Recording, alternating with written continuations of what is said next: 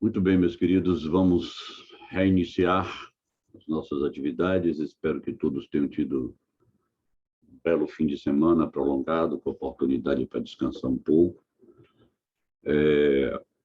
E como eu, sempre que me é possível fazer, eu inicio os nossos contatos fazendo uma breve revisão do que vimos na aula passada, para que assim possamos nos inserir no contexto daquilo que estamos estudando. Então, nós vimos que o direito material e o direito processual mantêm entre si uma relação simbiótica.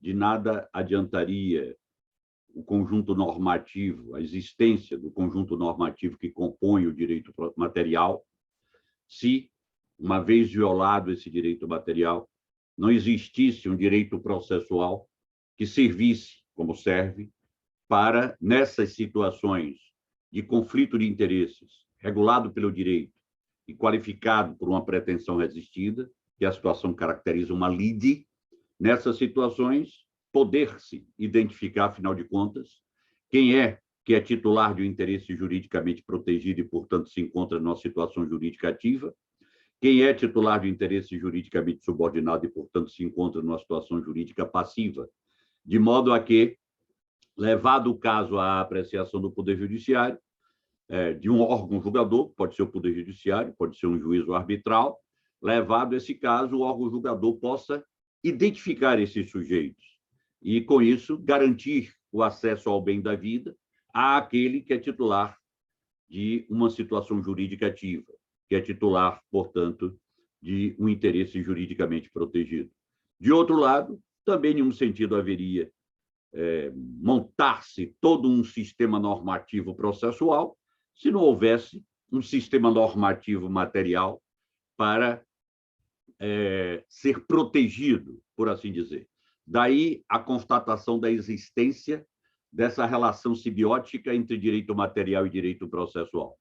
Fizemos uma visita à evolução histórica do direito processual brasileiro, passando desde a época da independência política, em 1822, chegando ao século XX e também ao século XXI, quando demonstramos que, de todas as legislações codificadas, a processual civil é a que conta com um sistema normativo positivado, mais avançado. Se observarmos bem, tivemos 3 códigos de processo civil, um código de processo penal, uma CLT. Ambos, o Código de Processo Penal e a CLT, ainda da época da ditadura Vargas. O Código de Processo Civil nasceu, o primeiro deles, em 1939, época de Vargas, ditadura Vargas. O segundo deles, em 1973, época da ditadura militar. E o terceiro deles, em 2015, em pleno Estado Democrático de Direito. Daí podermos encontrar no corpo dos textos do Código de Processo Civil enunciados normativos, textos normativos, que foram concebidos, gestados e paridos em pleno regime democrático, e, portanto, são textos em que o intérprete encontra uma maior facilidade para, deles, textos normativos, extrair normas compatíveis com o Estado democrático de direito. Isso não significa que a CLT não tenha sido, de algum modo, modernizada a partir de seguidas alterações legislativas. Isso não significa que o Código de Processo Penal também não tenha tido seus momentos de modernização. O próprio Código de Processo Civil de 73 teve momentos de modernização, mas, sem dúvida nenhuma, em termos de um corpo normativo orgânico, é o Código de Processo Civil o mais moderno. E aí vou lembrar vocês que agora, no dia 26 de agosto de 2021, entrou em vigor uma lei que foi fruto da conversão de uma medida provisória, a medida provisória número 1040, que disciplina, por assim dizer, o ambiente de negócios no Brasil, com o propósito de criar uma harmonia entre o ambiente de negócios brasileiro e o ambiente de negócios que o mundo a economia internacional deseja. Essa medida provisória número 1040, que como medida provisória que é, não poderia ter e não tinha matéria processual. Ela foi convertida em lei agora no dia 26 de sancionada e entrou em vigor no dia 26 de agosto de 2021. E no processo legislativo de conversão dessa medida provisória em lei, foram inseridos dispositivos, foi inserido um dispositivo que altera diversos dispositivos do Código de Processo Civil. Há questionamentos de natureza quanto à constitucionalidade formal dessas alterações havidas, tendo em vista que a medida provisória não continha e não podia conter matéria processual, e tendo em vista que o Supremo Tribunal Federal não admite que no procedimento legislativo de conversão de medida provisória em lei, que é um procedimento legislativo mais sintético do que o procedimento legislativo para elaboração de uma lei comum, que nesse procedimento legislativo mais sintético de conversão de medida provisória em lei, sejam inseridos dispositivos normativos que não existiam na antiga medida provisória e que não tenham relação, pertinência temática com a própria medida provisória. A discussão que se faz é esses dispositivos do Código de Processo Civil que foram modificados, melhor dizendo, esse artigo dessa Lei 14.165, 185, que mudou diversos dispositivos do Código de Processo Civil, trouxe nessas novidades algo que tenha pertinência temática com a medida provisória como um todo, ou seja, que tenha a ver com o ambiente de negócios, essa é a discussão. Obviamente que, como vocês estão ainda trabalhando com teoria geral do processo, então, quando vocês estudarem direito processual civil 1 especificamente, tem textos lá também que vão refletir direito processual civil 2, alterações de textos, vocês já estudarão com essas mudanças, ou com a notícia de que essas mudanças foram consideradas inconstitucionais pelo Supremo Tribunal Federal. Mas fica aí a notícia de uma recente, inesperada, o mundo acadêmico processual civil não esperava e não sabia dessa possibilidade de mudanças no texto do Código de Processo Civil, e houve essa surpresa generalizada, não só em Direito Processual Civil 1, como em Direito Processual Civil 2, como em Direito Processual Civil 4, que pega a parte de execução, e houve mudanças no que toca à chamada prescrição intercorrente. Bom, ficam aí, então, essas notícias. Nós avançamos para falar que o direito processual, dentro do contexto das ciências jurídicas, ele tem uma posição enciclopédica que é a de habitar, por assim dizer, o mundo do direito público, né? Só lembrar que é uma disciplina vinculada ao Departamento de Direito Público da Faculdade de Direito da UFBA, e aí tratamos de norma processual. Vimos que a norma processual é aquele preceito jurídico que disciplina, com os olhos postos no ambiente processual, não necessariamente um ambiente processual já existente, mas mesmo na possibilidade de vir a existir um ambiente processual. Então, é um preceito jurídico que disciplina, com vistas a um ambiente processual, o exercício da função jurisdicional essa que pode ser desempenhada pelo Poder Judiciário, como pode ser desempenhada por um juízo arbitral, ambos exercem jurisdição. Não só disciplina essa função, esse conjunto normativo não só disciplina o exercício dessa função jurisdicional, como também disciplina a atuação dos demais sujeitos que atuam neste palco, que é o processo.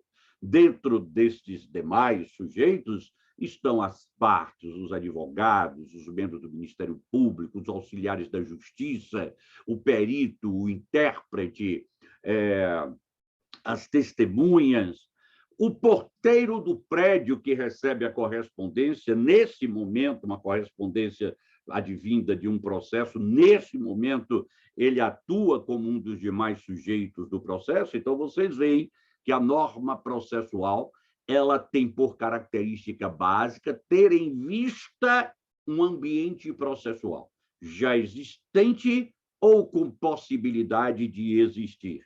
E ela tem por objetivo disciplinar o exercício do órgão que está incumbido de prestar a jurisdição, bem como de todos os demais sujeitos do processo.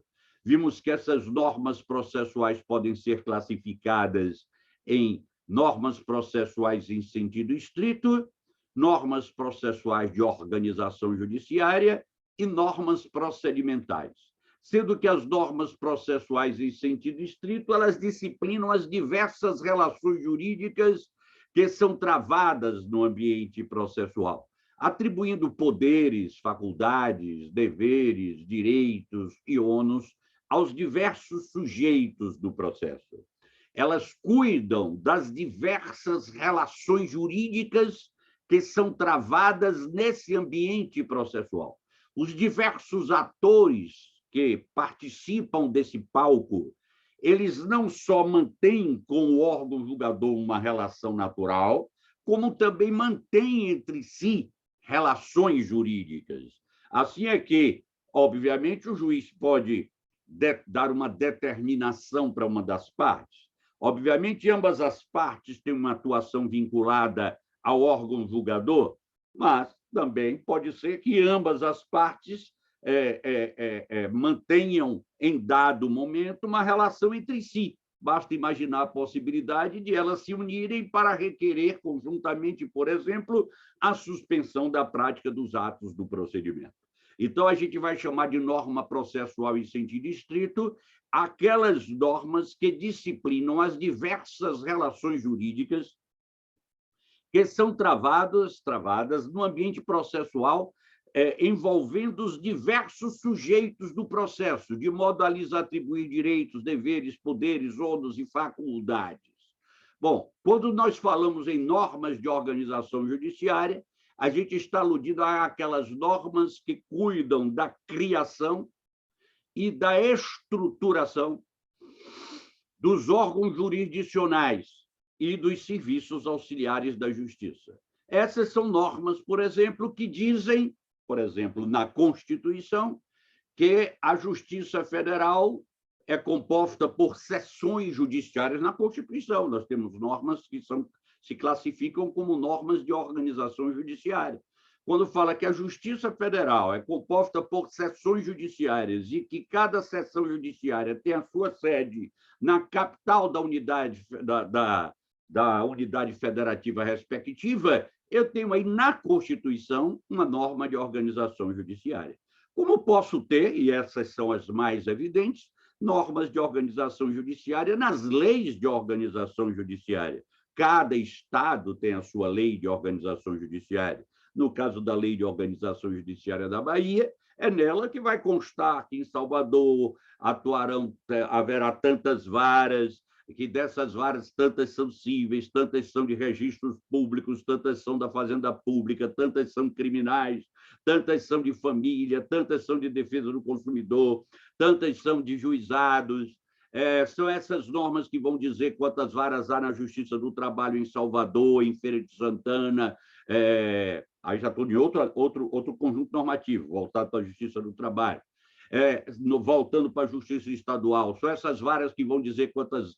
São essas normas que irão dizer quantas varas existirão na comarca de Irecê, ou na comarca de João Dourado, ou na comarca de Serra Dourada, ou na comarca de Barreiras, ou Jequié, Vitória da Conquista.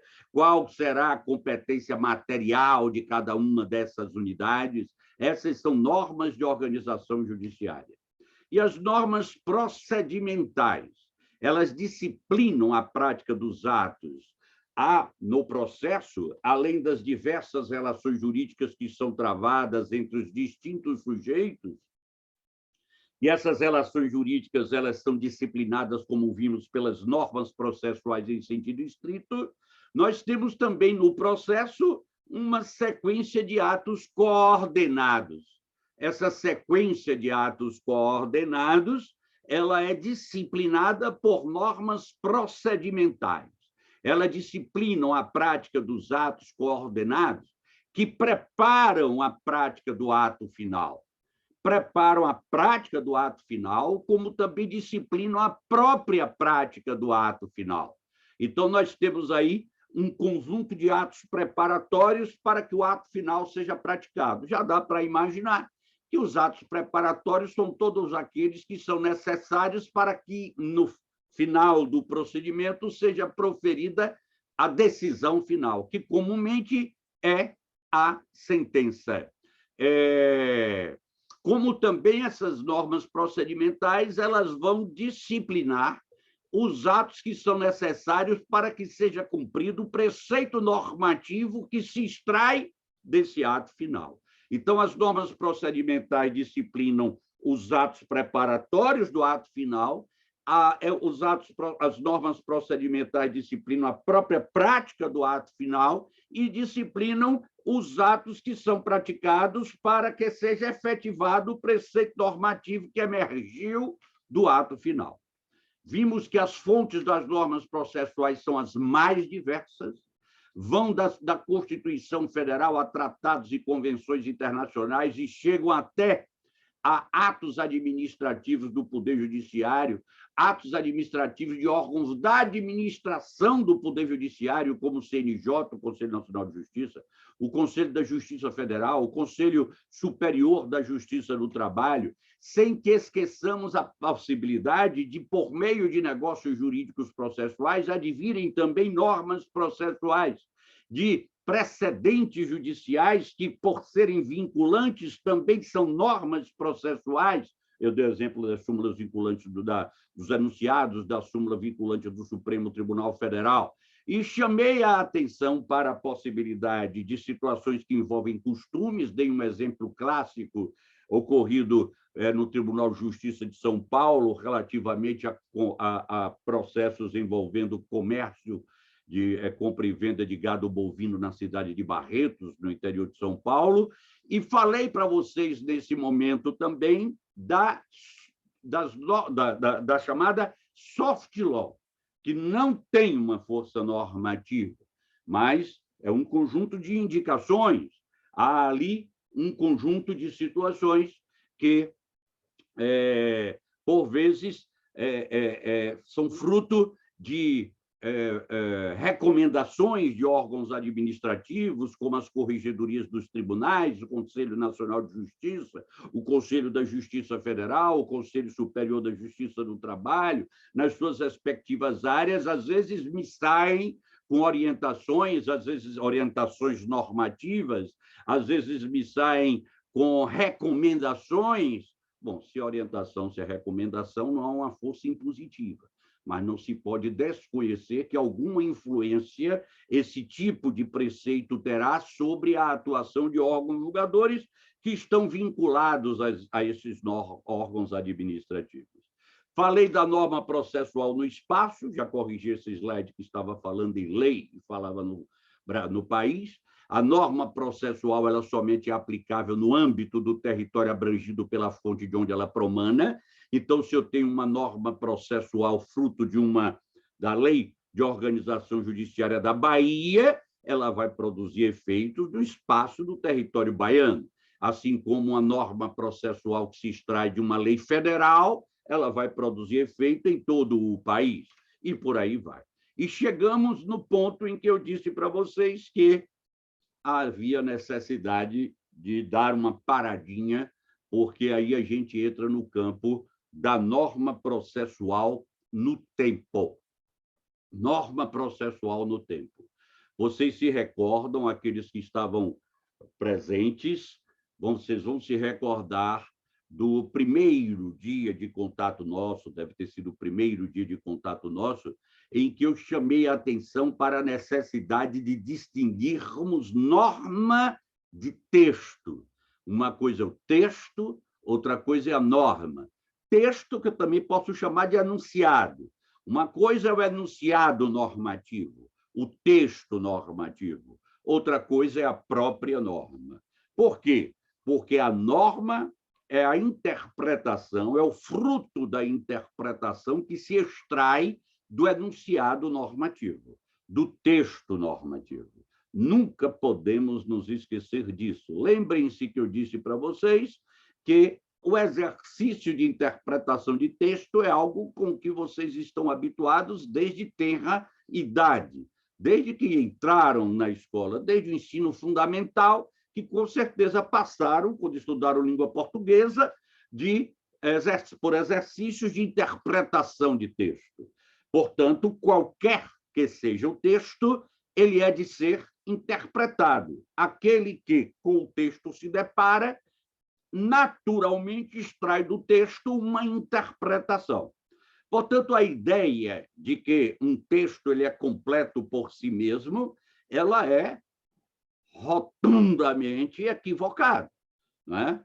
Eu cheguei a mencionar para vocês que há textos que são escritos com o objetivo de que o intérprete não chegue a conclusão nenhuma, ou até com o objetivo de que o intérprete chegue a conclusões equivocadas, né? No caso dos textos normativos, obviamente que, em regra, não é esse o propósito de quem redige o texto, criar confusão. Isso se dá muito na literatura. Mas há enunciados normativos que, obviamente, a depender do contexto em que se insiram, permitirão interpretações distintas. Essas interpretações distintas dependem não só do contexto em que se insira tal enunciado, como também do ponto de vista em que se encontra o intérprete. É preciso que tenhamos, portanto, uma visão crítica. E essa visão crítica, eu lhes digo, meus queridos, quanto mais ácida, quanto mais dura ela for, mais próxima da verdade ela estará, mais próxima da realidade ela estará. É uma visão crítica a respeito daquilo que foi apregoado desde sempre pela Revolução da época, pelo que foi construído à época da Revolução Francesa, que apregoava que o juiz é a boca da lei, la bouche de la loi. O juiz é a boca da lei. Isso é uma completa imbecilidade, mas que à época foi bem assimilada pelo mundo ocidental, com exceção dos anglo-saxônicos. Por quê? Porque havia na Inglaterra um completo desvio de conduta dos magistrados, que utilizavam a magistratura como um meio de crescimento pessoal sob o ponto de vista econômico, vendiam decisões, eram detestados pela população. A Revolução Francesa, quando veio não só para conter o poder do soberano, como também para dar um basta nesses vícios terríveis que havia na França envolvendo a prática da atividade jurisdicional. O magistrado francês ele era vinculado ao poder do monarca, estava a serviço do poder do monarca, bebia dos poderes do monarca e, portanto, não tinha a magistratura francesa qualquer vínculo, nenhum vínculo com os anseios da sociedade de então, que, obviamente, tanto assim que o quadro desagou numa revolução, já não estava tolerando aquele clima. Há uma completa diferença entre isso e o que aconteceu mais de 100 anos antes na Inglaterra. A Revolução Inglesa, a chamada Revolução da Inglaterra, que durou de 1648 até 1660 e poucos, quase 1670, foram anos. O finalzinho dela foi chamado de Revolução Gloriosa. Na Inglaterra, a magistratura estava em harmonia com os anseios da comunidade. A magistratura repercutia aquilo que representava os anseios da sociedade, e dentre esses anseios estava a contenção do poder do soberano. Então, é por isso, é aí que está a origem de termos hoje nos países de língua, termos tidos sempre nos países anglo-saxônicos, um respeito aos precedentes judiciais que não acontece nos países de tradição civil law. Exatamente daí que decorre. Ora, raciocinem comigo. Para que o juiz seja a boca da lei, é preciso que a lei, e a lei é um texto, elas tenha sido escrita de um modo tão claro que não paire qualquer dúvida interpretativa, o que é literalmente impossível. Então, como fruto dessa tentativa de produzir cada vez mais textos que escapassem da maleabilidade interpretativa, os códigos de então, o Código de Napoleão tinha um mundo de artigos, se não me engano, 4.000 e tantos artigos. Chegou a haver um código, eu me esqueci agora o nome, que tinha 16.000 artigos num outro país, influenciadas essas culturas por aquela história advinda da Revolução Francesa. Obviamente que isso não poderia dar certo nunca, né? Não poderia dar certo, como não deu. Tanto assim é que, aos poucos, historicamente, se nós formos examinar, não há um grande interregno entre 1789 e agora. Nós temos 100 e poucos anos, 1789, 1889, 200 e poucos anos. Nesses 200 e poucos anos, naturalmente, os países ditos de tradição civil law foram migrando para um maior respeito aos precedentes judiciais. Mas é muito simples o motivo. O Poder Judiciário, goste-se ou não dele, ele é mais sensível às mudanças na sociedade do que o Poder Legislativo. Não é porque o Poder Legislativo é composto por pessoas insensíveis, não é isso. É que a mudança legislativa ela é mais penosa. Ela é mais penosa. Então, raciocinem comigo. O texto da Constituição Federal de 88 alude ao fato de que deve o Estado facilitar a conversão em casamento da união estável entre homem e mulher. Está lá na Constituição Federal. O que é mais fácil? Ou o que foi mais fácil? Alterar o texto constitucional ou, diante das pressões naturais da sociedade, o Supremo, diante de um caso concreto, concluir que, em verdade, aquela alusão a homem e mulher ali, naquele específico dispositivo, também alberga a referência a uniões homoafetivas. Foi mais fácil? Foi corrigir a Constituição ou o Supremo sentir isso da comunidade, da sociedade como um todo? Então, na medida em que o Poder Judiciário é conduzido de modo responsável, o exercício da atividade jurisdicional é conduzido de modo responsável, você tem, como fruto da atuação dos órgãos julgadores, você tem um quadro de ajustamento das interpretações dos textos normativos às necessidades da comunidade. Alguém tem alguma dúvida em relação a isso que eu estou dizendo, que é importante para poder marchar para diante aqui? Se alguém tiver, está na hora de perguntar. Então, vamos para diante. Então, é à luz desse contexto que a gente vai tratar da norma processual no tempo. E aí eu lhes disse, não confundir norma com texto normativo, com enunciado normativo. São coisas diferentes. Então, vou dar alguns exemplos. Mais uma vez, os exemplos tomarão por base o direito processual civil. Lhes juro aqui, de pé juntos, que não é porque eu ensino o direito processual civil. É pelo simples fato de que o Código de Processo Civil é de agora, de 2015. Então, incidentes envolvendo direito temporal são incidentes recentes, uma vez que um código novo entrou em vigor agora. Então, é muito mais fácil a gente pegar exemplos vistosos de problemas de direito intertemporal, tomando por base o que ocorreu recentemente com o direito processual civil. Nessa linha, nesse contexto, vamos imaginar o seguinte, primeiro fazer um passeio por alguns dispositivos que são importantes. Um deles é esse aí que vocês veem, que é o artigo 2º da LINDB, a Lei de Introdução às Normas do Direito Brasileiro, chamada anteriormente de Lei de Introdução ao Código Civil, né? Na época, se vocês forem ler historicamente, a legislação civil ela fazia um papel muito parecido. Em muitas passagens, a legislação civil trazia normas de supradireito. Então, a Lei de Introdução ao Código Civil antiga, ela era um conjunto normativo, que é essa mesma que está aí, só foi mudar de nome. Sofreu algumas mudanças recentemente também, com um acréscimo de artigos. Mas ela era um conjunto normativo de supradireito, e se anunciava como uma lei de introdução ao Código Civil.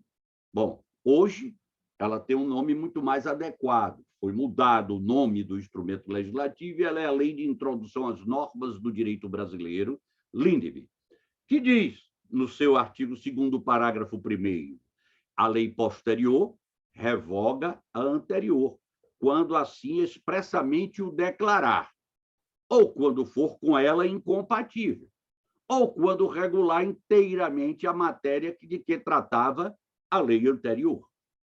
Não tem nada de mais disso aí. São regras gerais. Outra está na Constituição Federal, artigo 5º, do seu inciso 35, a lei, ou seja, a lei nova, não prejudicará o direito adquirido, ato jurídico perfeito e a coisa julgada. Também não tem nada de mais nisso aí. Voltando à Lei de Introdução às Normas do Direito Brasileiro, o artigo 6º, que diz que a lei em vigor terá efeito imediato e geral, mas deverá ser sempre respeitado o ato jurídico perfeito, assim como o direito adquirido e a coisa julgada. Vejam que esse artigo 6º dessa LINDB é de 1942, a Constituição Federal é de 1988. Ela repete, o texto da Constituição Federal repete basicamente o que tinha na LINDB. A Constituição Federal de 67/69, anterior a 88, também tinha um texto normativo similar. Bom, vamos então cuidar de algumas especificidades do campo processual, que é o que nos interessa. Nós estamos na disciplina Teoria Geral do Processo. O que é que a gente imagina, então? Eu idealizei aí esse quadro para vocês, em que essa linha vermelha é uma linha divisória no tempo, para trás dessa vamos chamar de lei anterior, para frente, lei nova. Estamos falando, pois, de enunciados normativos novos, né? Lei anterior, lei nova. Basta imaginar Código de Processo Civil anterior, Código de Processo Civil atual. Qual é a primeira situação assim? E vamos estabelecer, procurar identificar quais são as situações que vão passar necessariamente por dentro desse campo de incidência do direito intertemporal. Por quê? Vocês veem que esse quadro vermelho aí, ele não está ocupando toda a dimensão da linha vermelha, o que me deixa antever ou entrever que haverá situações em que, mesmo havendo uma lei anterior e uma lei posterior, o quadro não vai passar pelo campo de incidência do direito intertemporal. A primeira das situações é essa que vocês estão vendo aí. Eu posso ter uma norma sem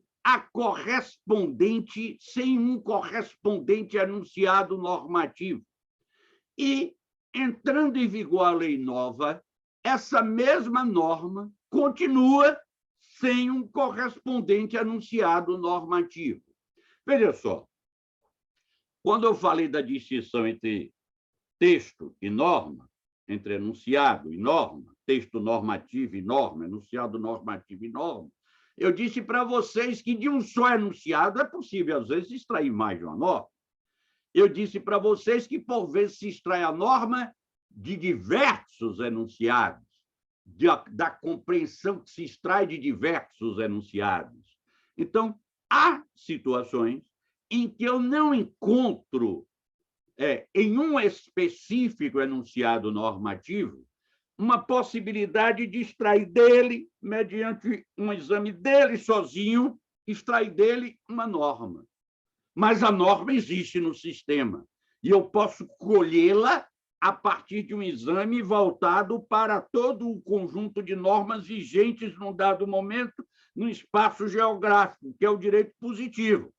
Então, nesse caso, se essa norma pré-existente, quanto à qual não havia um correspondente enunciado normativo, ela vai continuar existindo.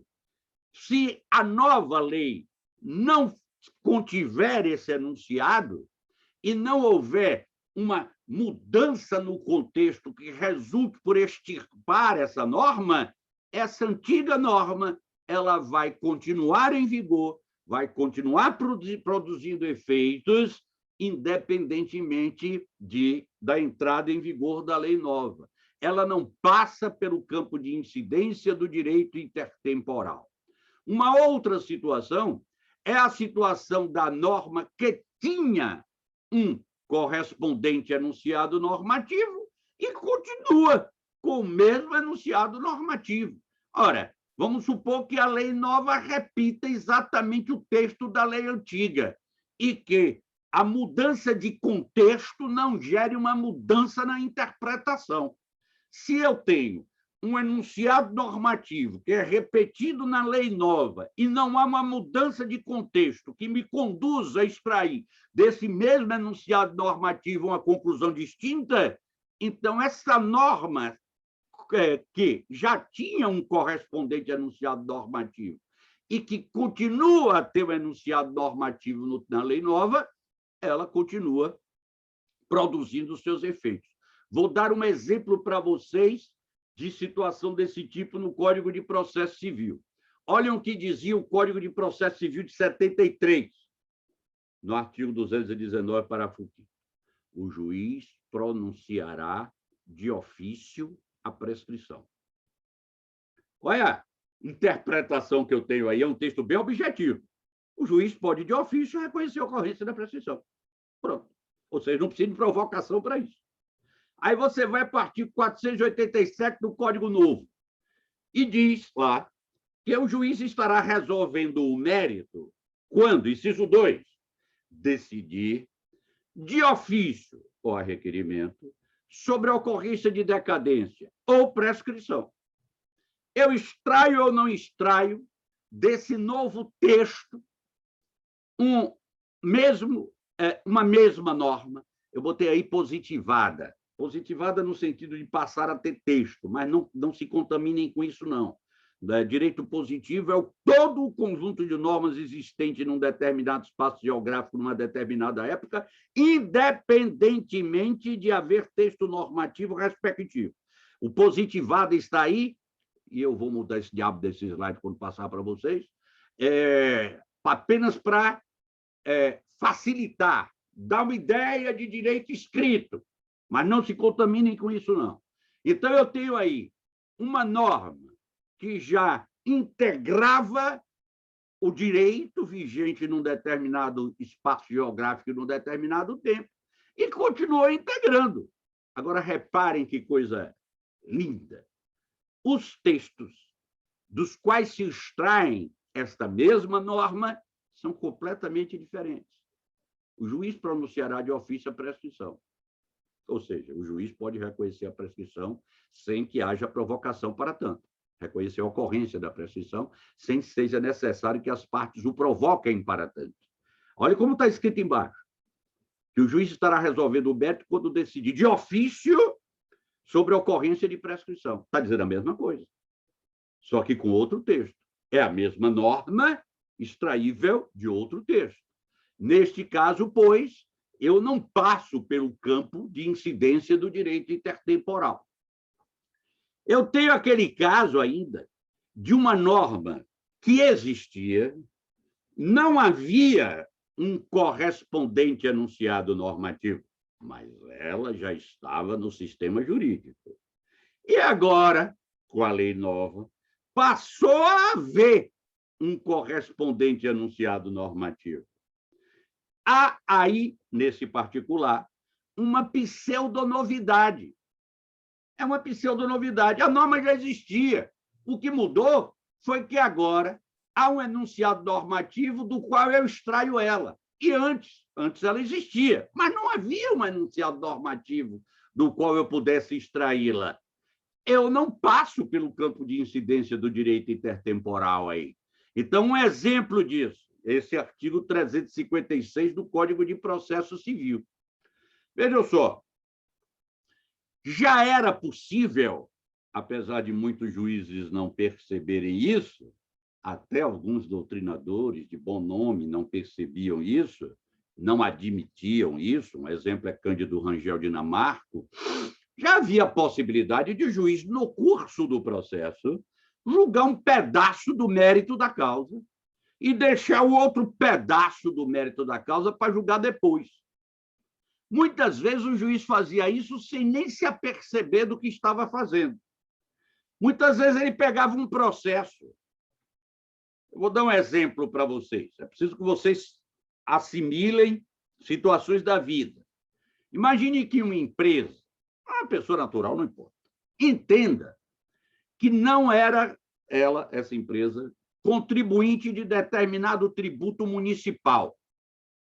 E ela, então, diz assim, senhor juiz, apesar de eu não ser contribuinte desse tributo, eu o recolhi por 20 anos. E a soma dos valores que eu paguei dá R$ 1.234.567,89. E eu quero que Vossa Excelência imponha ao município a obrigação de me devolver isso que eu paguei indevidamente nos últimos 20 anos. O juiz está diante de um pedido bem específico. A parte autora indicou como crédito dela a quantia de R$ 1.234.567,89. O juiz vai mandar fazer uma perícia para saber se esse valor é devido. Mas o juiz, via de regra, não é burro. Então, ele vai dizer assim, espera aí, esse sujeito está cobrando tudo que ele pagou nos últimos 20 anos. Sucede que as pretensões contra a fazenda pública, e o município é uma fazenda pública, prescrevem 5 anos. Portanto, todas as pretensões nascidas mais de 5 anos antes da data em que ele propôs a demanda, da data em que ele apresentou a petição inicial, essas pretensões estão prescritas. Prescritas.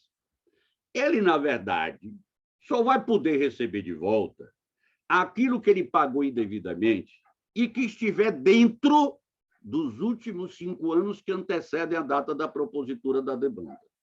Para eu saber quanto é, eu vou precisar fazer uma perícia. Eu vou mandar esse perito apurar tudo dos últimos 20 anos?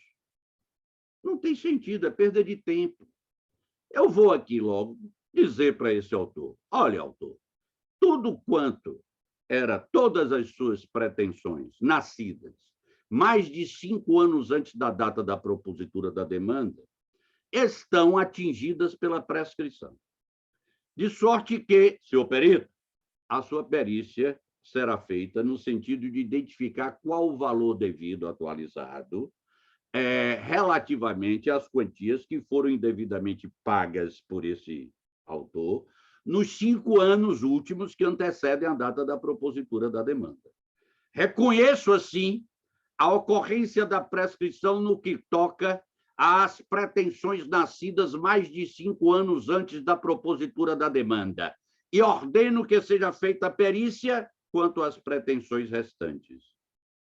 Ora, no momento em que ele diz estão prescritas as pretensões tais, ele julgou o mérito da causa. Ele julgou parcialmente o mérito da causa. Ele não proferiu sentença, ele não encerrou o processo, mas, nesse ponto, ele julgou parcialmente o mérito da causa. Isso os juízes já faziam há tempos, muitas vezes sem perceber. Então, era possível, antes do novo Código de Processo Civil, julgar parcialmente o mérito da causa? Era. Tanto que aconteciam situações como essas que eu estou dizendo. Agora, há um texto expresso no artigo 356 dizendo que o juiz decidirá parcialmente o mérito da causa, aí dá as situações. Por outras palavras, esse dispositivo inseriu uma nova norma? Não, a norma já existia. Qual era a norma? O juiz pode decidir parcialmente o mérito da causa. E o dispositivo passou a dizer o quê? Que o juiz pode decidir parcialmente o mérito da causa. Há, portanto, aí uma novidade normativa? Não. Há uma novidade de texto. O texto é novo, a norma não é nova. Então, eu tenho aí uma norma não positivada, eu leio positivada aí como escrita, que se tornou positivada, certo? Eu tenho agora uma outra situação. Qual é a situação que me interessa? É quando eu me deparo com uma norma nova. A norma aí é nova. Olhe, que as 3 situações anteriores eram de normas pré-existentes. Numa, a norma já existia, não tinha um enunciado correspondente, passou a ter, e continuou sem ter. Noutra, a norma já existia, tinha um enunciado correspondente e continuou a ter. Noutra, a norma já existia, não tinha um enunciado correspondente e passou a ter. Agora, a norma não existia. E entrou em cena um enunciado que a insere no sistema jurídico. Aí eu tenho que passar pelo campo de incidência do direito intertemporal. E aconteceu isso em alguma passagem específica do Código, por exemplo, de processo civil, Saló? Daí, antigamente, os prazos processuais eram contados em dias corridos. Então, se no meio do prazo eu tivesse feriado, sábado e domingo, contava. Agora, os prazos são contados somente em dias úteis. É uma norma nova, que entrou no sistema por meio de enunciado normativo, também novo. Eu passo aí, sem nenhuma dúvida, diante do fato de estar diante de uma nova norma extraível de um texto novo, pelo campo de incidência do direito intertemporal. Uma outra situação, a norma nova, essa é a que é mais difícil de encontrar. É a norma nova extraível de um texto antigo. O que é que eu quero dizer com isso? O texto já existia. Todavia, a norma que dele se extraía era uma. E com a mudança do contexto, a norma que passou a ser extraível deste mesmo texto passou a ser outra. Nesse campo, cabe aquele exemplo que eu dei para vocês, que é bem didático. Lembra? Proibido usar biquíni.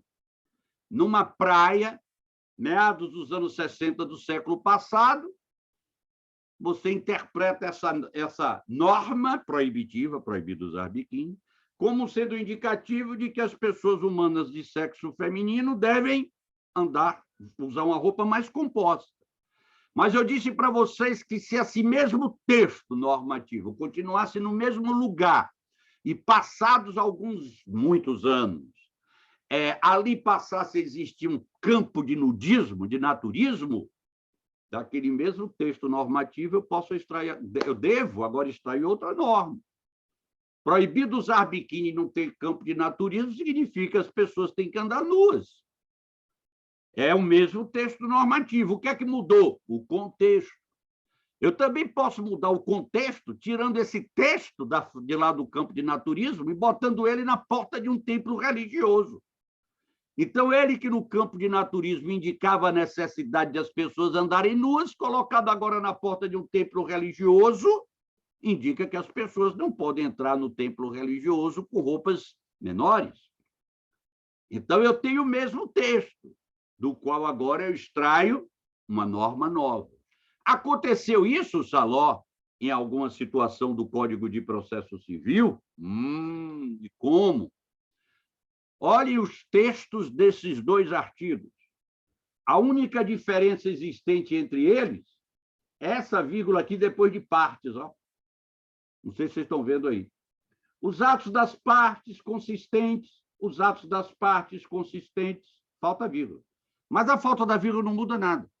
Absolutamente nada. Então, o que é que eu tenho aí? Eu tenho 2 textos absolutamente idênticos, com exceção dessa vírgula. E dizendo o quê? Dizendo que os atos que as partes praticarem, consistentes em declarações unilaterais ou bilaterais de vontade, produzem efeitos imediatamente, produz imediatamente a constituição, a modificação ou a extinção de direitos processuais. E o que é que diz agora o artigo 200? Esse era o texto do artigo 158 do Código Velho. Diz a mesma coisa. Diz que essas manifestações, declarações unilaterais e bilaterais da parte produzem imediatamente a constituição, modificação e extinção de direitos processuais. Sucede que esse texto, à época do Código de 73, eu não sei se vocês conhecem essas expressões juninas, era um traque de massa. E esse mesmo texto, no artigo 200, é uma bomba de 1000. É uma baita bomba. Por quê? Porque na época do Código Velho, você não havia um espaço, pelo menos era assim que a doutrina majoritária, ampla e majoritariamente defendia, não havia espaço para a celebração de negócios jurídicos processuais que não aqueles negócios jurídicos processuais que já estivessem previstos na própria lei. Então, ele está aludindo aí o 158 a essas declarações unilaterais ou bilaterais de vontade que já estavam previstas na lei. E agora, essas declarações unilaterais ou bilaterais de vontade, elas podem dizer respeito a situações que são fruto da criatividade dos interessados. Não tenho apenas declarações unilaterais ou bilaterais de vontade que já estivessem previstas na lei. Não há mais essa limitação. Eu tenho agora a possibilidade, que não existia na época do Código Velho, de celebração de negócios jurídicos processuais atípicos, que não estavam previstos na lei, por isso, atípicos. E a época do Código Antigo? Eu só tinha negócios jurídicos processuais típicos. Então, eu extraio agora, desse mesmo texto normativo, efeitos com uma amplitude infinitamente superior à amplitude que esse mesmo texto produzia, os efeitos, a amplitude dos efeitos dele, no Código Antigo. É o mesmo texto, com uma nova dimensão normativa. Deu para entender, meus queridos? E, finalmente, eu posso me deparar com a situação que é aquela de uma nova norma, sem que haja um enunciado a respeito. Aí a gente pode encontrar exemplo disso com a entrada em vigor da Constituição Federal. A entrada em vigor da Constituição Federal, por óbvio, todos nós sabemos, de 88, instituiu, acima de tudo, como eu já pontuei para vocês aqui, a base do nosso curso, um Estado democrático de direito. É o principal de tudo. Olha agora uma coisa interessante.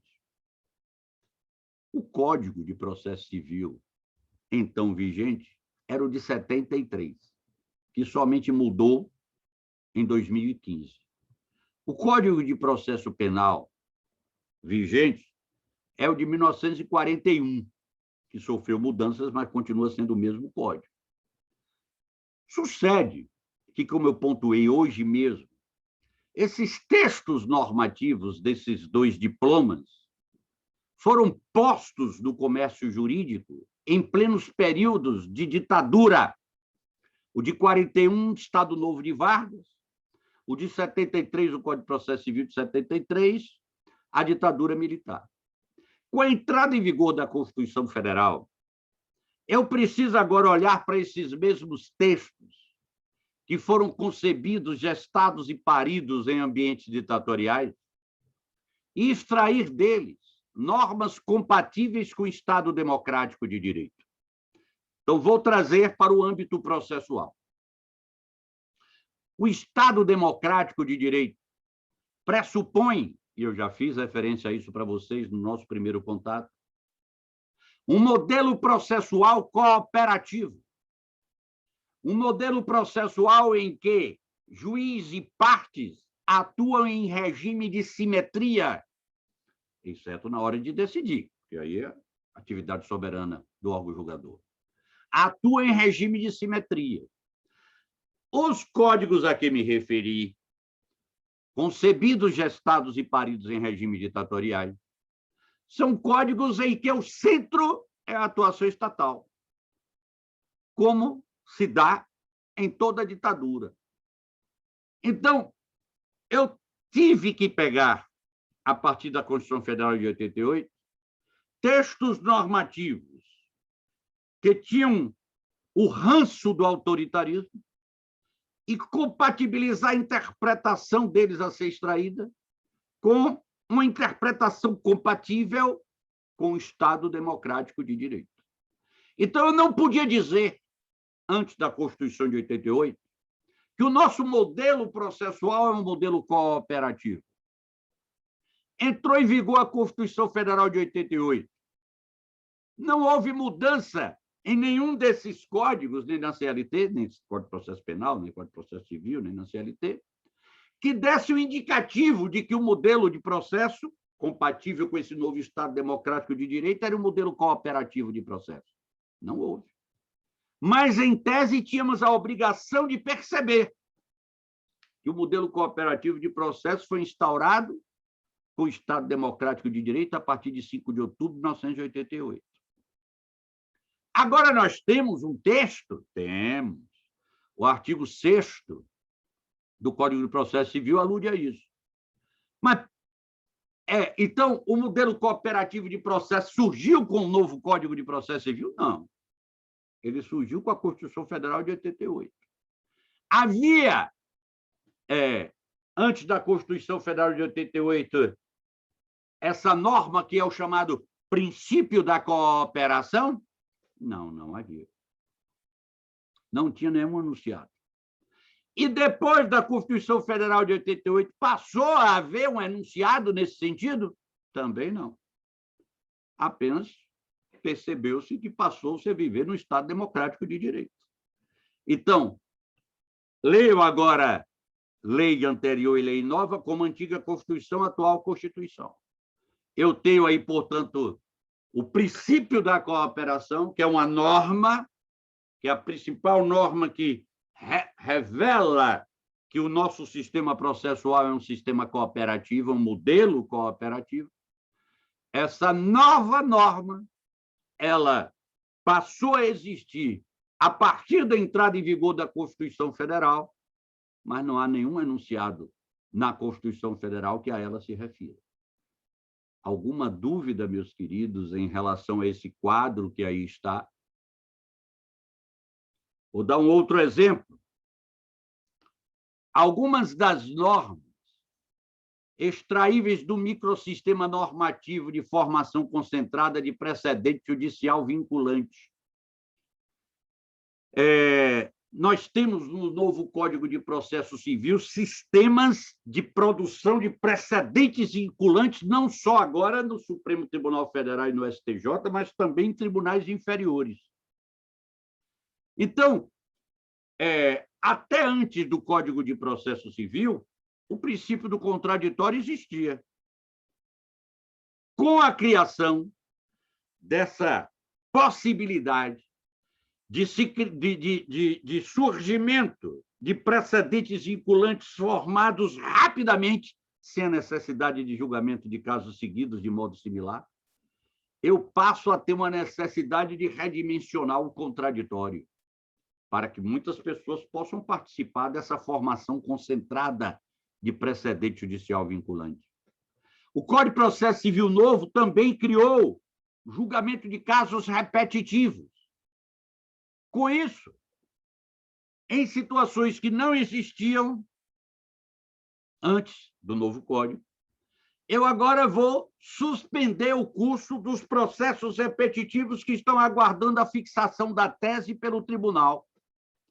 Há diversas situações em que essa regra da suspensão não está presente no Código, mas a existência do microsistema que diz, havendo julgamento de casos repetitivos, os processos que tiverem essa questão para ser resolvida têm que ficar suspensos até que seja fixada a tese.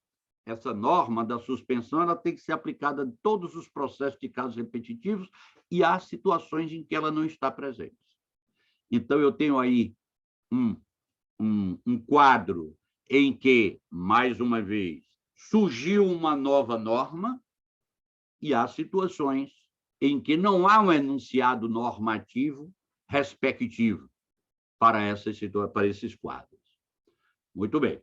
Vamos agora a 3 situações práticas que, pelo fato de serem práticas, a ciência do direito é prática, ela não é uma ciência que vive do empirismo, ela existe para a resolução de problemas da vida. Vamos a 3 situações práticas de suma importância para entendermos a norma processual no tempo. Vamos imaginar esse quadro aí. Eu tenho um processo que se iniciou e que terminou. Depois que o processo terminou, entra em vigor nova norma. Não importa que essa norma seja extraível ou não de texto normativo antigo ou novo. A norma é nova. Se a norma é nova e ela entrou em vigor depois que o processo se encerrou, qual é a lógica? Ela vai mudar alguma coisa dentro do processo que se encerrou? Lógico que não. Eu estaria criando aí um quadro de absoluta insegurança jurídica, violando aquele preceito constitucional que diz que a lei não prejudicará o ato jurídico perfeito, a coisa julgada e o direito adquirido. Então, nesse caso de um processo fim, em que uma nova norma surge, depois que o processo se encerrou, não muda nada no processo que se encerrou. Uma outra situação. Eu tenho agora uma nova norma. E depois que a norma entrou em vigor, nasce um processo. Essas normas processuais, agora vigentes, já vigentes, quando o processo novo nasceu, elas vão reger esse processo novo? Claro que vão reger o processo novo. Não teria sentido acontecer de modo distinto. Agora, aqui está o problema. Processo em curso e entrada em vigor de normas novas. Como é que eu vou resolver essa situação? O processo já nasceu, mas não havia se encerrado, e então, no curso dele, surge um conjunto normativo processual novo. Como resolver esse problema? É esse aí o grande ponto do direito intertemporal. Eu tenho aí 3 modos, 3 sistemas que são utilizáveis para a resolução desse quadro. Eu não sei se eu apresentei a vocês esse cidadão, apresentei já? O nome dele é Salim, ele faz dupla comigo, Saló e Salim. Nós fazemos a dupla dinâmica para ensinar direito processual juntos. Qual é a técnica, então, a ser utilizada, pergunta Salim, ante a entrada em vigor de novas normas e estando em curso o processo? Bom, aí eu tenho 3 sistemas. Primeiro, o sistema da unidade processual. Segundo, o sistema das fases processuais. Terceiro, o sistema do isolamento dos atos processuais. Olha que são 3 sistemas. Posso anunciar, de logo, que o predominante, amplamente predominante, é o último. É o sistema do isolamento dos atos processuais.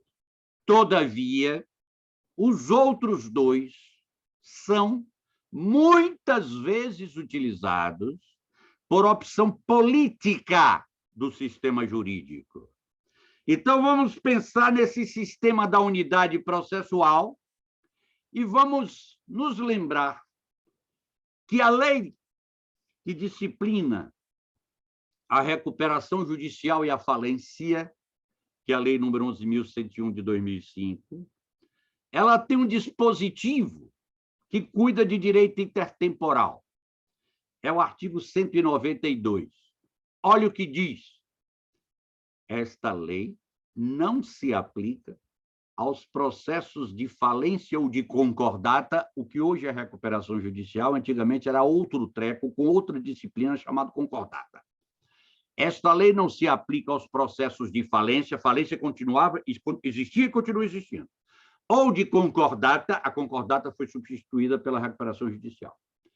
Ajuizados, ou seja, processos esses nascidos antes do início da vigência dessa Lei 11.101. Esses processos serão concluídos nos termos da antiga Lei de Falência e de Concordata. Está aí uma exceção, uma exceção posta pelo sistema jurídico à utilização do sistema do isolamento dos atos processuais. Foi utilizado aí, excepcionalmente, o sistema da unidade processual. Percebem? Percebem? Eu tenho aí um quadro de opção política por uso do sistema da unidade do processo. Se o processo nasceu antes da entrada em vigor da lei, ele vai continuar regido pelas normas que estavam em vigor quando ele nasceu e não pelas normas que entraram em vigor depois que ele nasceu. É uma exceção total, mas existe. Sistema da unidade processual ainda. E no Código de Processo Civil novo, há um dispositivo no Código de Processo Civil novo, 503, que traz uma mudança bombástica no campo da coisa julgada. Bombástica no campo da coisa julgada. Por ser tão séria essa mudança, na parte do Código relativa às disposições finais e transitórias, você tem esse artigo 1054, que diz que essa mudança bombástica do 503, parágrafo 1º, somente se aplica aos processos iniciados após a vigência do Código Novo. Quanto aos antigos, continua, quanto a esse trequinho aí, vigendo o Código Antigo. Então, eu tenho aí, mais uma vez, uma opção política do sistema jurídico pela aplicação do sistema da unidade processual e não do sistema do isolamento dos atos processuais. E temos algum exemplo, Saló, do sistema das fases processuais? Sim, temos. Vou mostrar para vocês. Código Novo, que diz assim, ó, as disposições do Código Velho, o artigo 1046, referentes ao procedimento sumário, que hoje não existe mais, e aos procedimentos especiais que forem revogados, serão aplicadas essas disposições às ações que tenham sido propostas e não sentenciadas até o início da vigência desse Código. Por outras palavras, enquanto eu estiver na fase pré-sentença, nesses casos aí de procedimento sumário e procedimentos especiais que foram revogados, eu aplico o Código Velho. Quando eu passar da fase da sentença, eu aplico o Código Novo, mesmo já tendo o Código Novo entrado em vigor. Houve aí uma opção clara pelo sistema das fases processuais. Tem outro exemplo, Saló? Tem. No que diz respeito a direito probatório, esse aqui é um exemplo que eu gostaria que vocês esquecessem, gostaria que todo mundo esquecesse. Eu estou trazendo aqui apenas porque está escrito, mas é para todo mundo esquecer, porque isso não presta. O que não presta tem que ser esquecido, não é para ser aplicado, não presta. Deixa todo mundo esquecer. Ninguém lê. Eu vou tirar esse diabo da aula até, porque ninguém lê essa parte do código, isso não é para ser valorizado, mas está lá. Que as disposições de direito probatório adotadas no Código Novo somente são aplicáveis nos processos em que já tenha havido requerimento de prova ou tenha sido determinada a produção de prova de ofício depois que o Código entrou em vigor. Ou seja, aqueles processos em que o requerimento de prova ou a ordem do juiz de que fosse produzida a prova ocorreu antes da entrada em vigor do Código, em tese, neles, você não aplica as novas disposições sobre direito probatório constante no novo Código. Tá aí o exemplo, mas no slide que eu mandar para vocês depois, eu vou tirar isso. Esqueçam, não é para lembrar desse negócio. Estou apenas dando o exemplo de que, em dado momento, aqueles que elaboraram o Código entenderam de aplicar aí, por exceção, o sistema das fases processuais. Qual é o sistema predominante, Saló? 99,99% dos casos. Sistema do isolamento dos atos processuais. Aí vocês não vão encontrar uma alusão a ele lá nas disposições finais ou transitórias. Vocês encontram uma alusão a ele no texto principal do Código e num dos artigos iniciais. Olhem só. A norma processual não retroagirá. Por outras palavras, os atos jurídicos processuais que foram praticados antes da entrada em vigor da nova lei serão considerados adequadamente praticados e serão preservados. Os atos jurídicos que forem praticados depois da entrada em vigor da nova lei serão praticados de acordo com a entrada em vigor da nova lei, de acordo com os preceitos contidos na nova lei.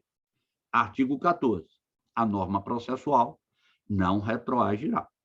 Portanto, não atinge atos que tenham sido praticados antes da entrada em vigor dela. E será aplicável imediatamente aos processos em curso.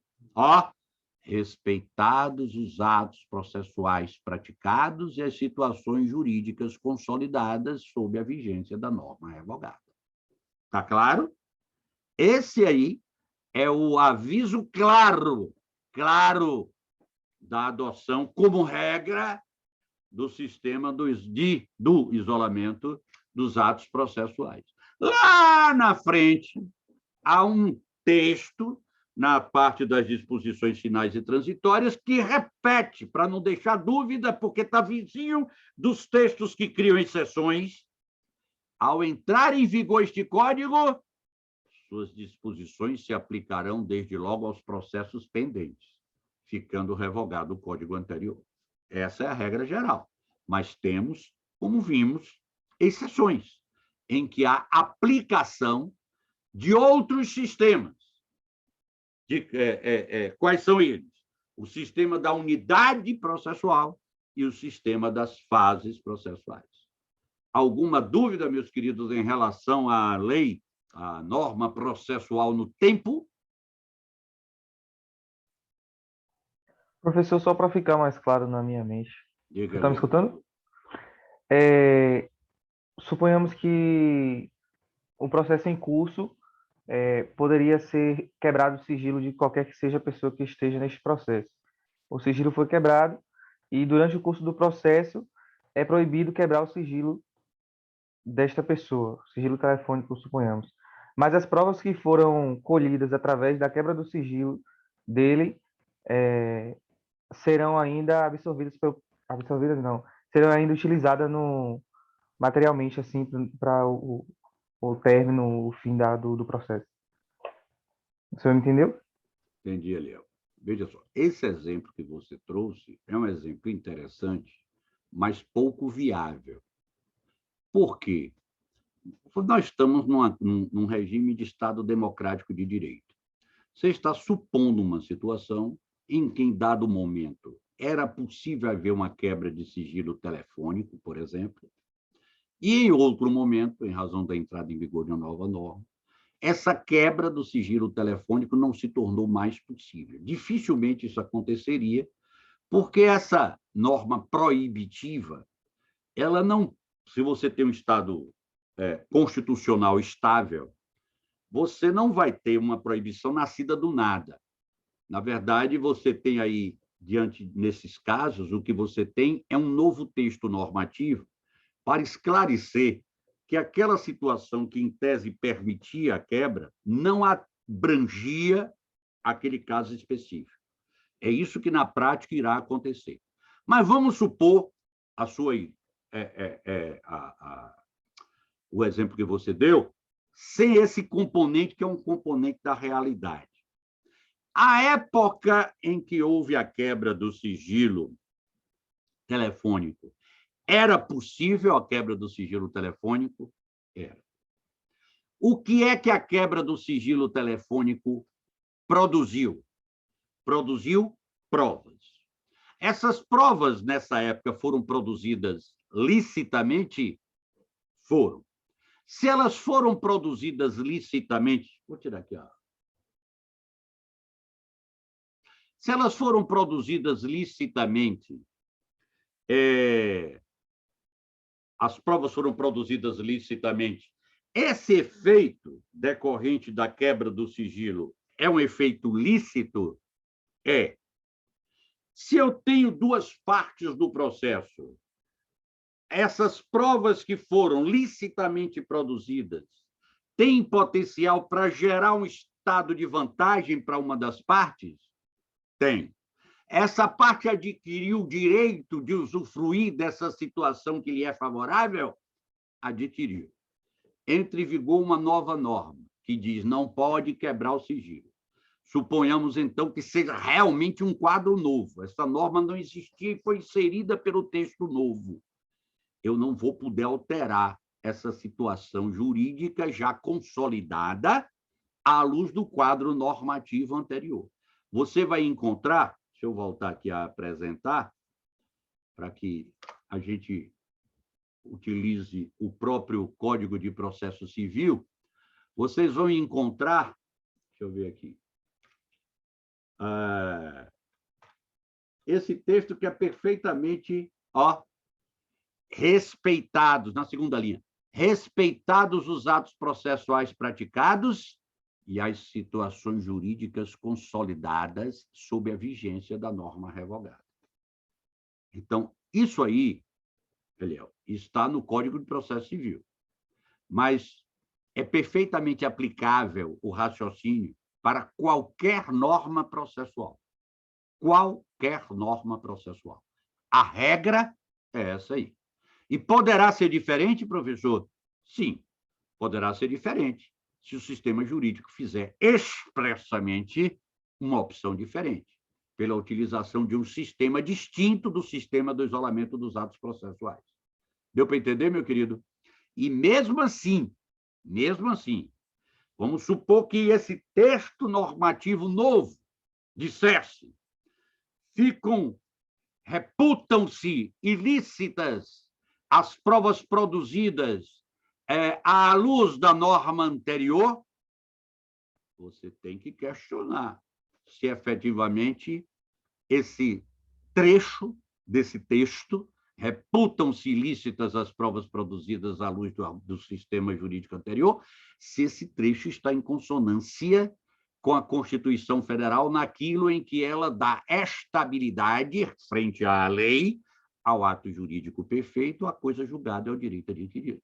Afinal de contas, quando o sigilo telefônico foi rompido, o ato jurídico de rompimento se aperfeiçoou. Eu tenho um ato jurídico perfeito. Daí foram produzidas provas que geraram a situação de vantagem para uma das partes, que adquiriu esse direito. Eu tenho um direito adquirido. Então, é perfeitamente questionável se essa vedação surgida posteriormente refletisse ou tivesse um texto que buscasse refletir os efeitos para trás. Me fiz entender, meu caro Eliel? Sim, sim, muito obrigado. Certo? Vamos para adiante.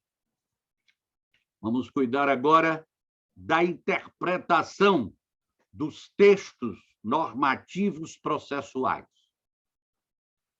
Esse trecho do programa, ele tem muita relação com os nossos primeiros contatos, nosso primeiro contato.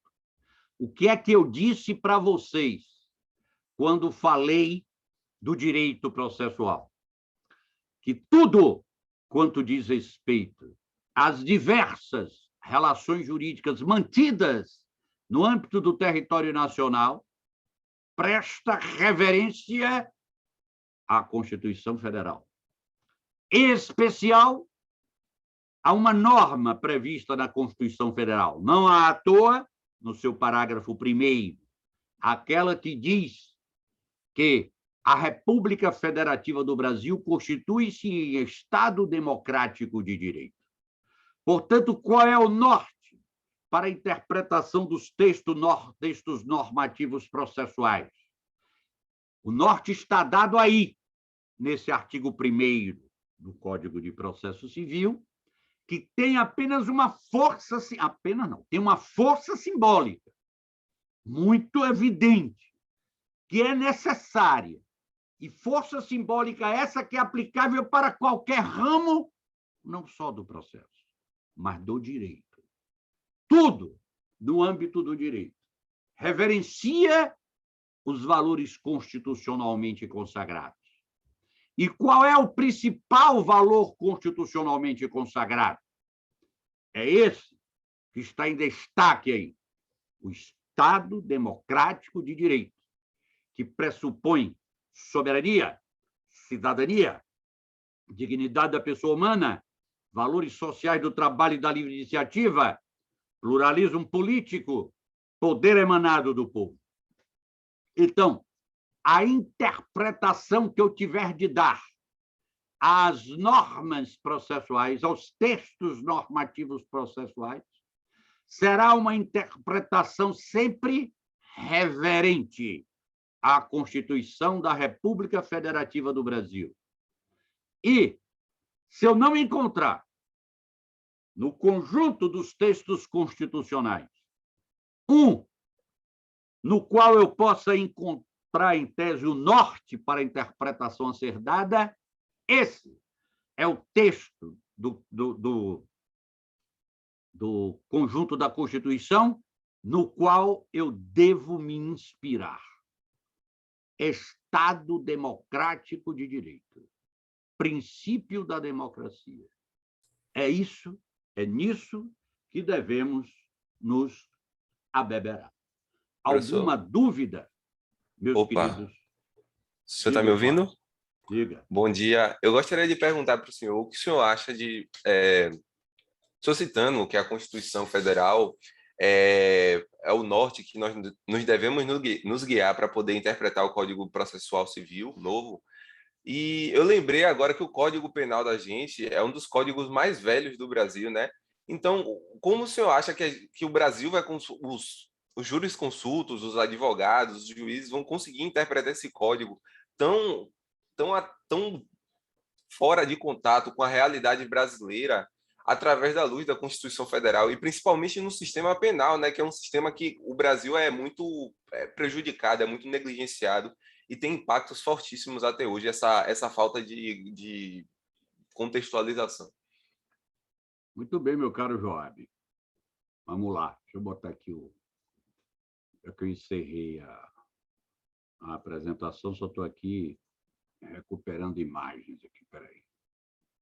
Recuperando não, arrumando aqui minha tela para poder ver vocês melhor. Quer dizer, ver vocês dois melhor. Jefferson e Ana Gabriela. Todo mundo aí está de câmera fechada. O ideal não seria isso, a gente sabe perfeitamente, mas... Vamos lá. Você pergunta, Jorge, como enfrentar, como lidar? Direito penal é direito material, não é direito processual.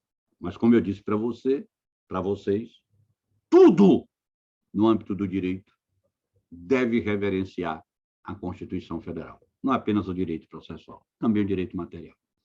Não, o processual também, professor. O processual penal também é muito Sofreu velho. mudanças bastante significativas, viu, Jorge? Ultimamente, a coisa ficou bem mais ajustada. Bem mais ajustada. Claro que a gente precisa de um Código de Processo Penal novo. Essa situação, meu caro, envolvendo, por exemplo, a CLT, Código Penal, Código de Processo Penal, principalmente, Essas são situações que exigem do intérprete um exercício exegético muito mais dispendioso em termos de energia do que quando você se depara com textos normativos como os do Código de Processo Civil, que não é todo bonitinho assim, não. Tem trechos deles que são detestáveis, a gente, ao longo do tempo vocês poderão ver. Mas, de um modo geral, foram textos escritos em harmonia com o Estado Democrático de Direito. De modo que, como ele foi escrito em regime democrático, eu extrair desse texto uma interpretação harmônica com o Estado Democrático de Direito é fácil.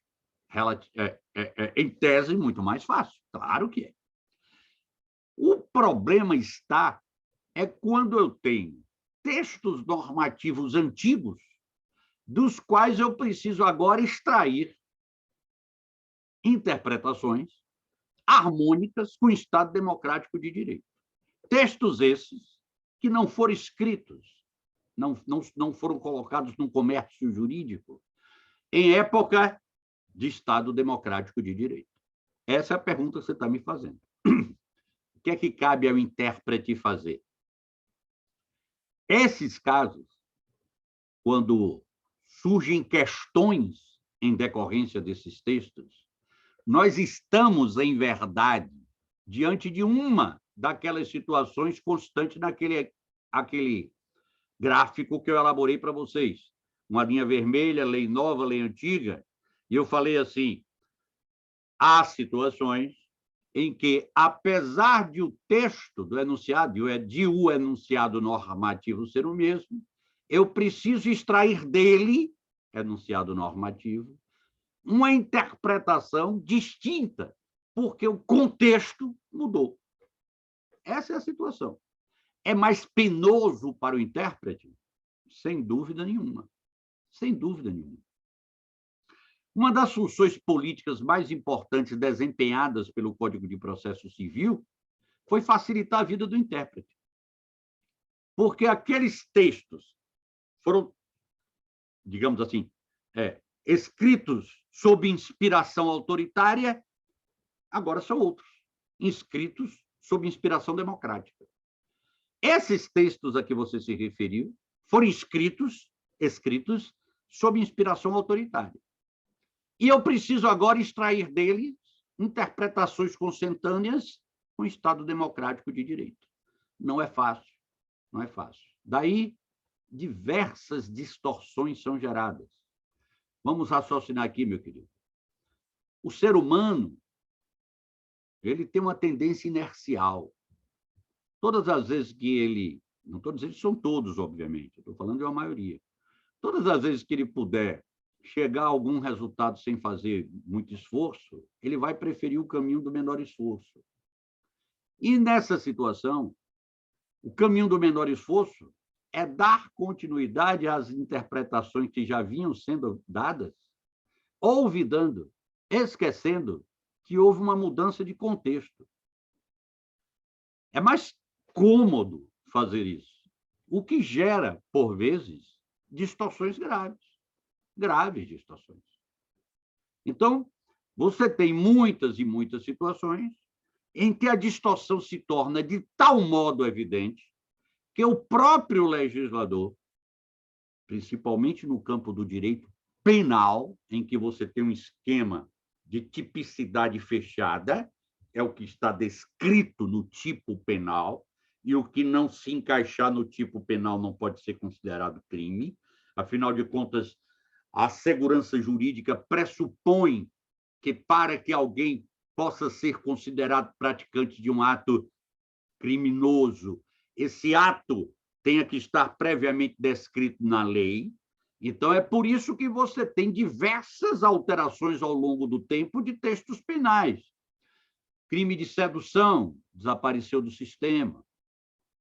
A mudança à vida, significativa mudança à vida no campo dos crimes contra os costumes, as significativas mudanças relativas a crimes contra a administração pública, não só no Código Penal, mas em leis extravagantes, porque Porque, tendo em vista essa característica específica da tipicidade no campo penal, você tem uma premência maior de atuação legislativa.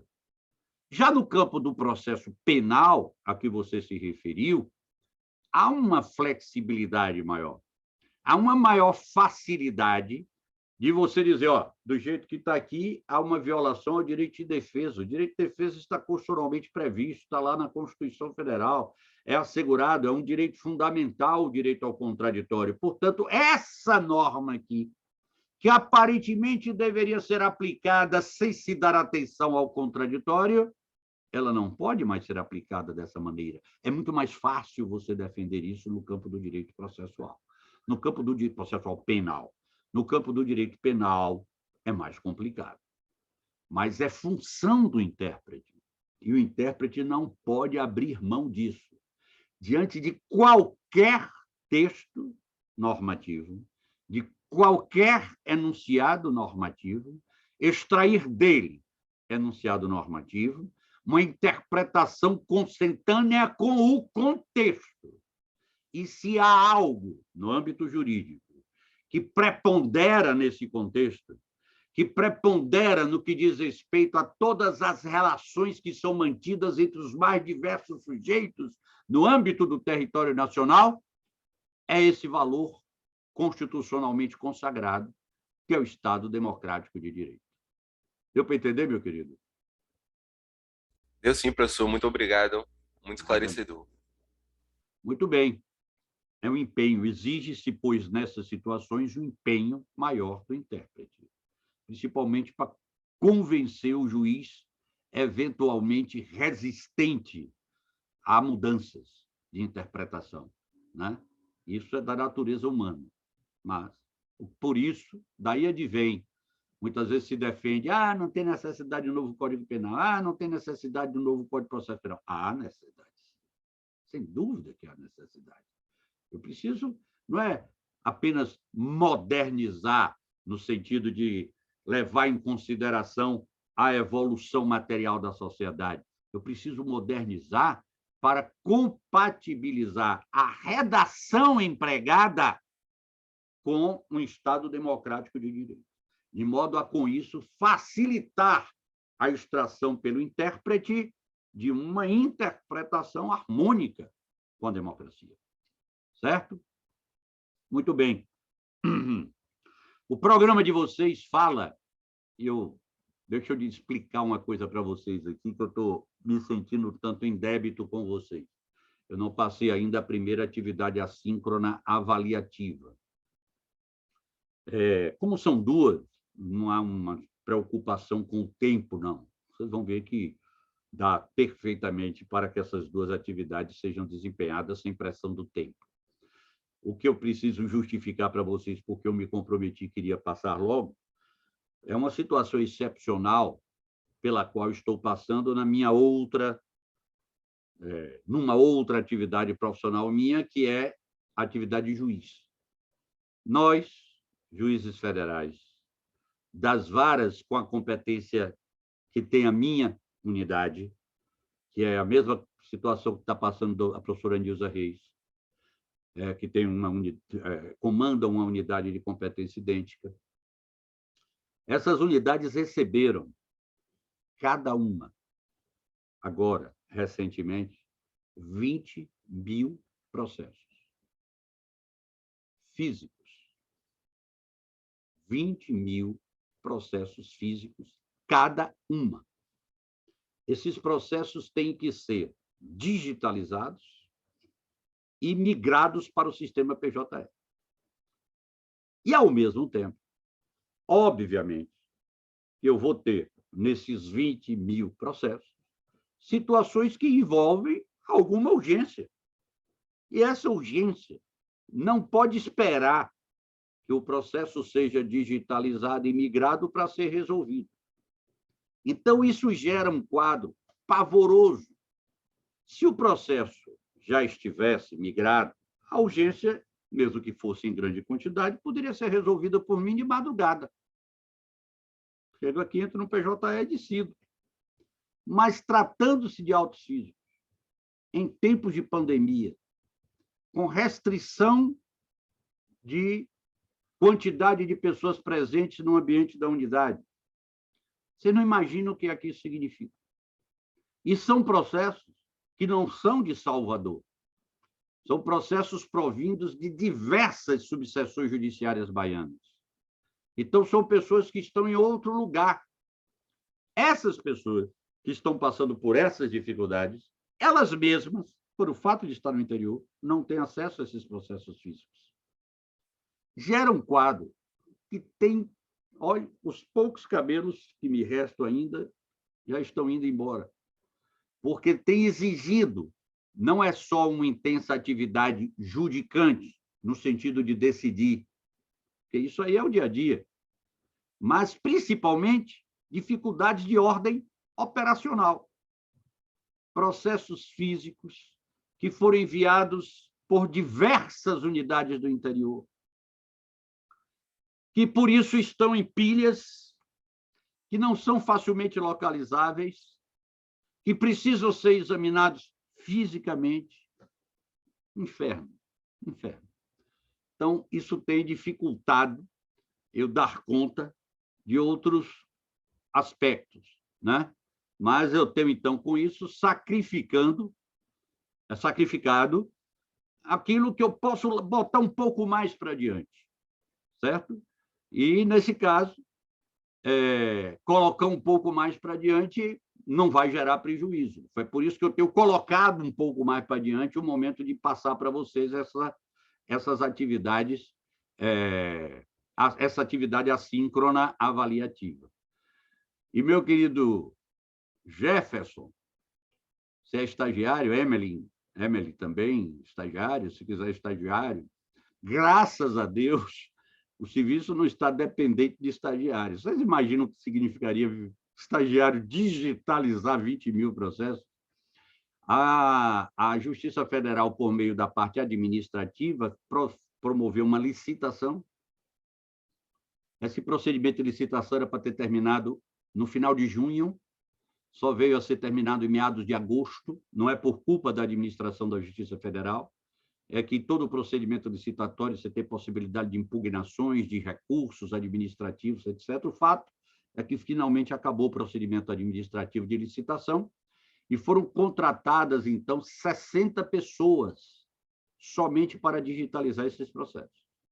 Então, na minha unidade especificamente, estão atuando 5 pessoas, todos os dias, das 8 às 16 horas, para digitalizar 20 mil processos, daqui até o mês de, se não me engano, fevereiro.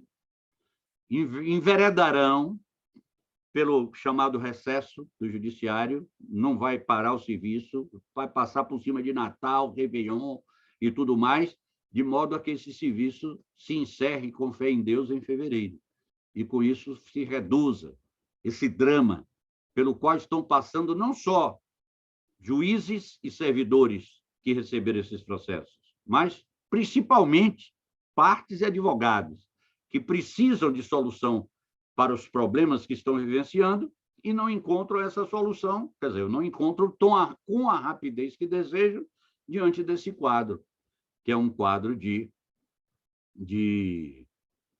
inviabilidade técnico-operacional, né? Não é um quadro de dificuldade jurídica, é um quadro de dificuldade física, certo? Então, meus queridos, veja só, anuncio para vocês que essa atividade assíncrona avaliativa, eu já disse, expliquei isso para vocês, ela será composta de cada uma das atividades de cada equipe, será composta por duas etapas.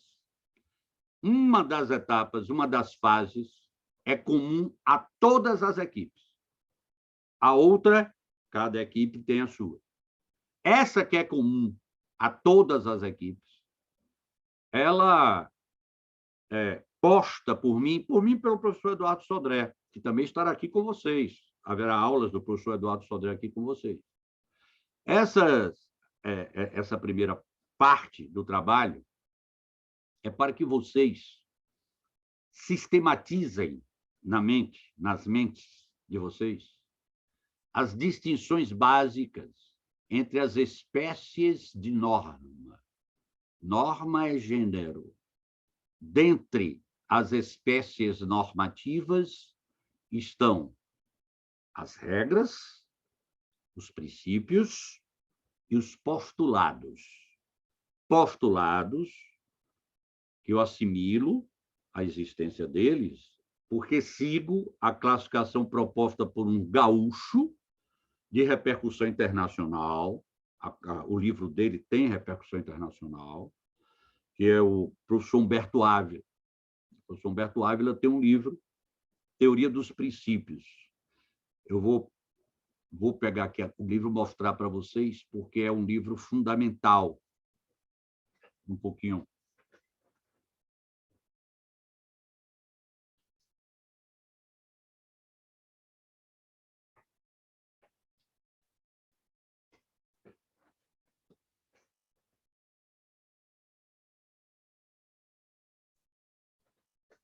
Está aqui o livro.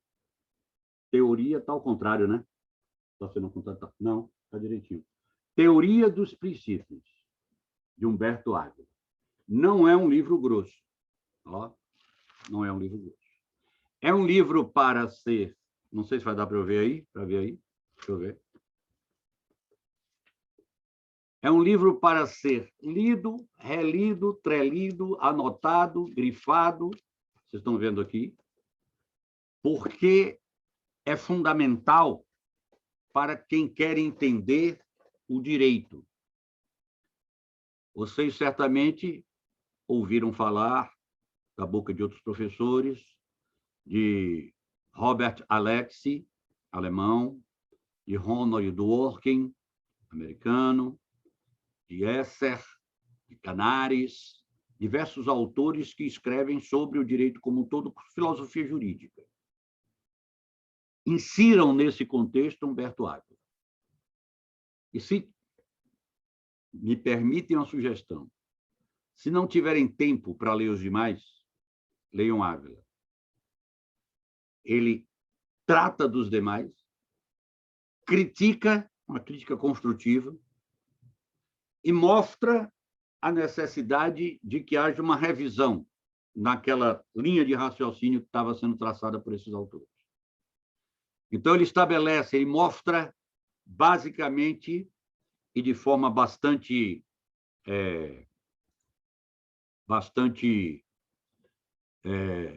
lógica, irrepreensivelmente lógica, como devemos tratar regras, princípios e postulados. São normas. Como normas, impõem conduta. Princípio impõe conduta. Regra impõe conduta. Postulado impõe conduta. A distinção dessas três espécies normativas é o que vai ajudar vocês, no futuro, a resolver aqueles problemas mais difíceis, em que vocês olham para um texto normativo e dizem assim, diabo, está aqui, ó, exatamente o caso. Como é que eu vou me safar disso?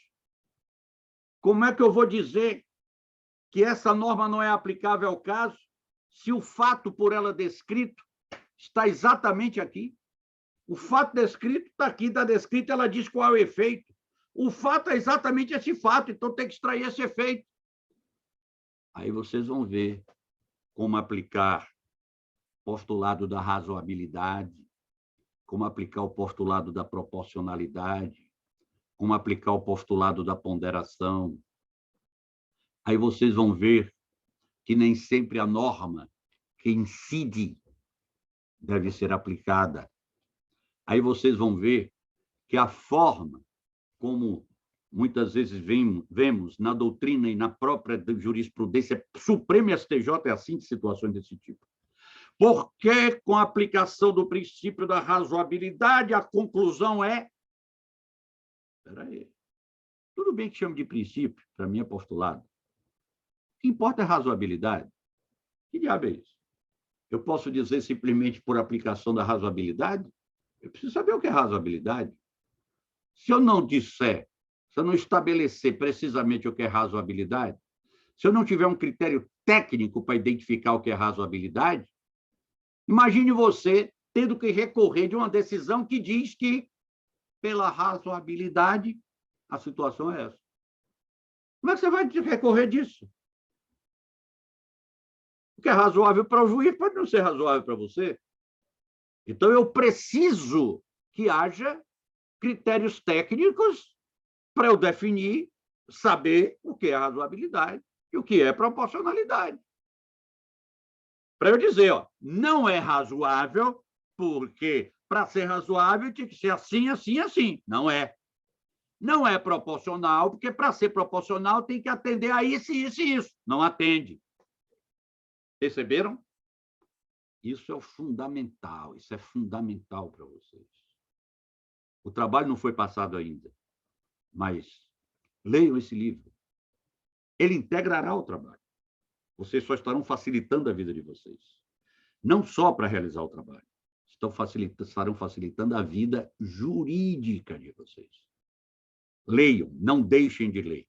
Leiam, grifem, fichem, releiam, aprendam, decorem. Vocês vão ver que somente tem a ganhar com isso. Vocês vão ver. Estamos aí com 1 minuto de excesso, então logo eu vou passar para vocês as atividades assíncronas avaliativas, de acordo com os grupos que Luiz Cláudio passou, e aí a gente conversa a respeito. Com todas as regras direitinhas, serem seguidas, etc., etc., vou passar pelo WhatsApp. Tá claro, então?